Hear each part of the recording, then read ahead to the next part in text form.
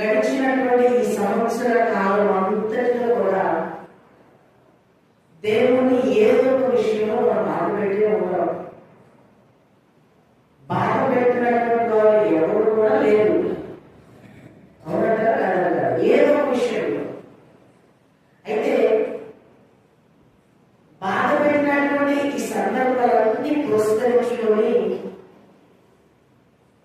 దేవుని దగ్గర మంచి తీర్మానం చేసుకొని 25వ సంవత్సరంలో అడుగు పెట్టబోతున్నారయ్యా. ఈ 24వ సంవత్సరంలో ఎక్కడైనా ఏదో విషయంలో బాధ పెట్టుకుంటారు కాబట్టి తిరిగి అలాంటి బలహీనతలకు నేను గురి కాకుండా గడిచినటువంటి ఈ సంవత్సర కాలంలో ఎన్నో మంది నేను బాధ పెట్టాను కాబట్టి అయినా నా ఎడల మీరు దయ చూపించి వాళ్ళ సంవత్సరం ఆయుష్కాలను నాకు పొడిగిస్తున్నారయ్యా. ఈ నూతన సంవత్సరంలోనైనా మరి ఎన్నడూ కూడా నేను ఏ విషయంలో కూడా నేను బాధ పెట్టను అని తీర్మానం చేసుకోవడానికి ఖచ్చితంగా ఒక సిద్ధపాటు కలిగి వస్తాడేమో.